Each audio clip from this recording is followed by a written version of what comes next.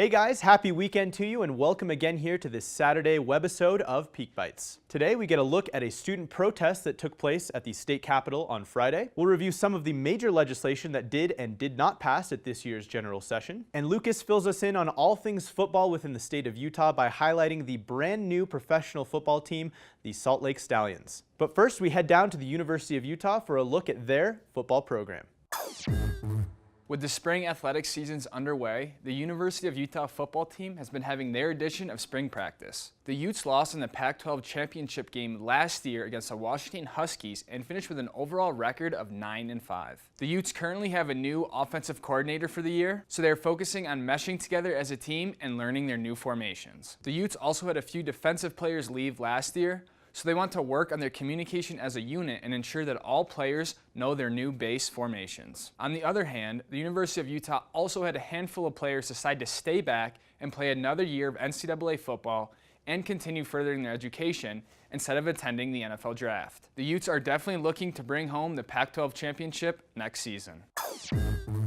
Hundreds of thousands of students from more than 100 different countries from around the globe walked out of class yesterday in an organized protest to bring awareness to climate change. The walkout, which was organized by 16-year-old Swedish climate activist Greta Thunberg, was aimed to address the missteps that governments across the globe have taken when it comes to addressing climate-related issues. In the call to action, Thunberg, whose weekly protests at the Swedish parliament for the last year have given her international notability as well as a nomination for the Nobel Peace Prize, said the world faces, quote, an existential crisis, the biggest crisis humanity has ever faced, and still it's been ignored for decades. A few hundred students took to the state capitol in Salt Lake City to urge lawmakers here in Utah to think more consciously about climate-related issues and climate policy. Other notable protests took place in Paris, France, New Delhi, India, and Madrid, Spain, just to name a few.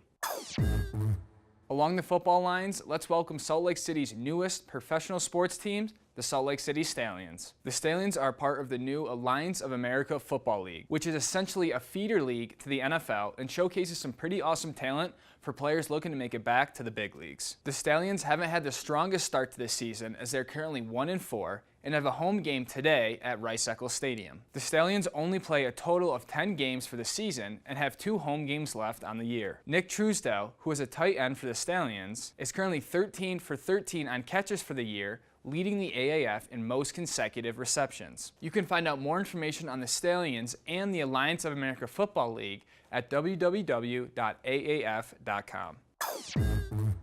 Thursday marked the last day of the 2019 general legislative session, and boy, has it been a busy one. Right now, let's take a few minutes to review some of the major legislation that did and did not pass this year. First off, the push to raise the legal age to buy and consume tobacco within the state of Utah made some major strides during the session. The bill, which was sponsored by Senator Curtis Bramble of Provo, would raise the buying age of tobacco within the state from 19 to 21, with the exception of active duty military members, their spouses, and their dependents. Moving on, the fight over the inland port, a massive distribution hub planned for Salt Lake City's west side, continues, as state lawmakers passed a bill that would expand the scope of the project from a single location model to multi-site facilities. The Salt Lake City Council supports the bill, while Salt Lake City Mayor Jackie Biskupski opposes it, creating a major rift in the municipal leadership. The major topic of affordable housing was tackled during this session. Well, only slightly. The bill that would have provided a one-time $20 million and an annual $4 million to the state's Olene Walker Housing Fund passed, but only after being stripped of all of its funding. Experts attribute the loss in money to the failure of the major tax reform bill, House Bill 441.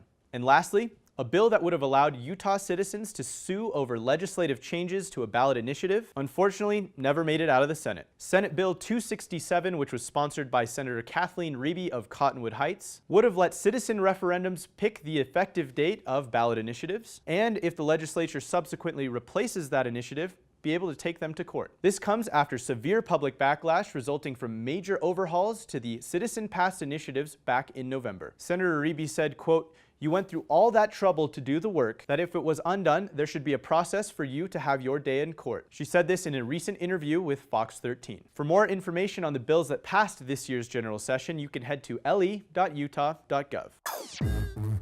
Thank you all so very much for tuning in to today's edition of your favorite web show, Peak Bytes. Be sure to tune in next week for more great stories and news from around the community. And if you can't wait until then, tune in Monday morning live at 7 a.m. for Street Views with Conrad Jacobellis, followed by the Mountain Morning Show at 8. As always, follow us on all of our social media at Park City TV. Have a great rest of your weekend, and we'll see you again on Tuesday.